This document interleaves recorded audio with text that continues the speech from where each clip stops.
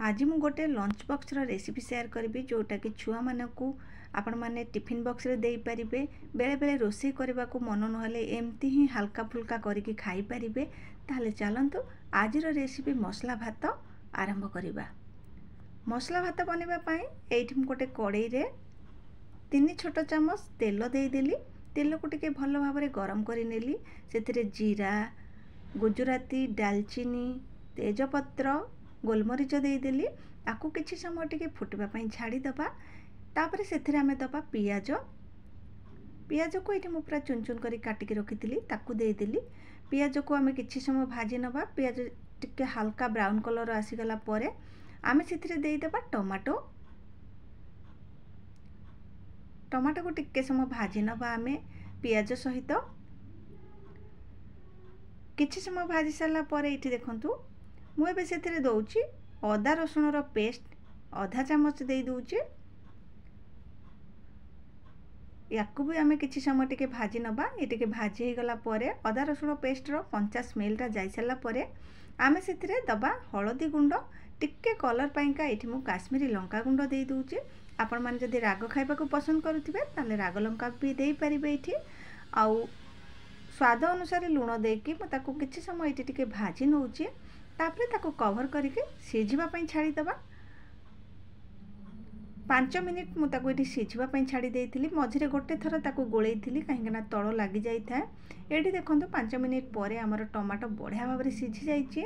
आउ मसलाटा हमर ये भल भाव में भाजी भी हो जाइछि। एबे सेतिरे आमे दबा परिबा। मो पाखरे एई सब परिबा थिला। परिबारे मु गाजर, बीन्स आउ कोबी नहीं जाइछि। आपण माने एठी पनीर, मशरूम भी दे पारिबे। भल भाव में ताको एठी आमे देकी गोळेइ नबा।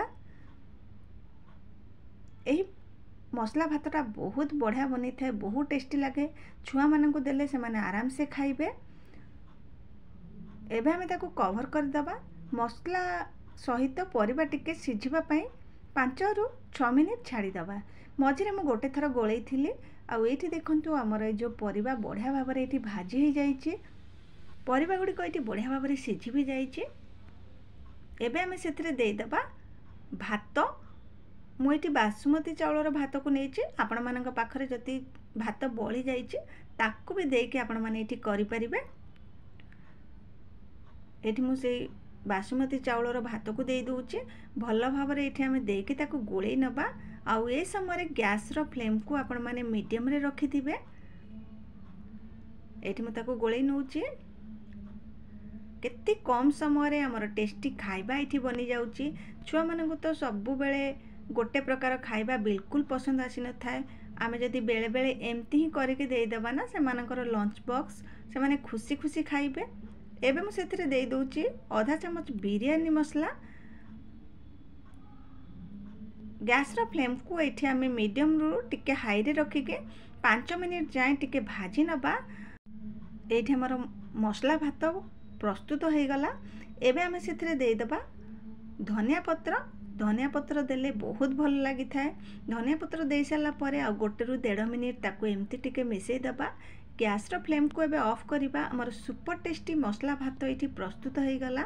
आपण माने याकू छुआ मानकर लंच बॉक्स रे देई पारिबे। ऑफिस जाउथिले ऑफिस भी नहीं जाई पारिबे। नहले घरे भी निजे बने के खाई पारिबे। वीडियो जदि आपण मानको भल लागि थिबो ताले लाइक, शेयर और सब्सक्राइब करि नेबे। पुणी देखा बा नुआ एक वीडियो रे। जय जगन्नाथ।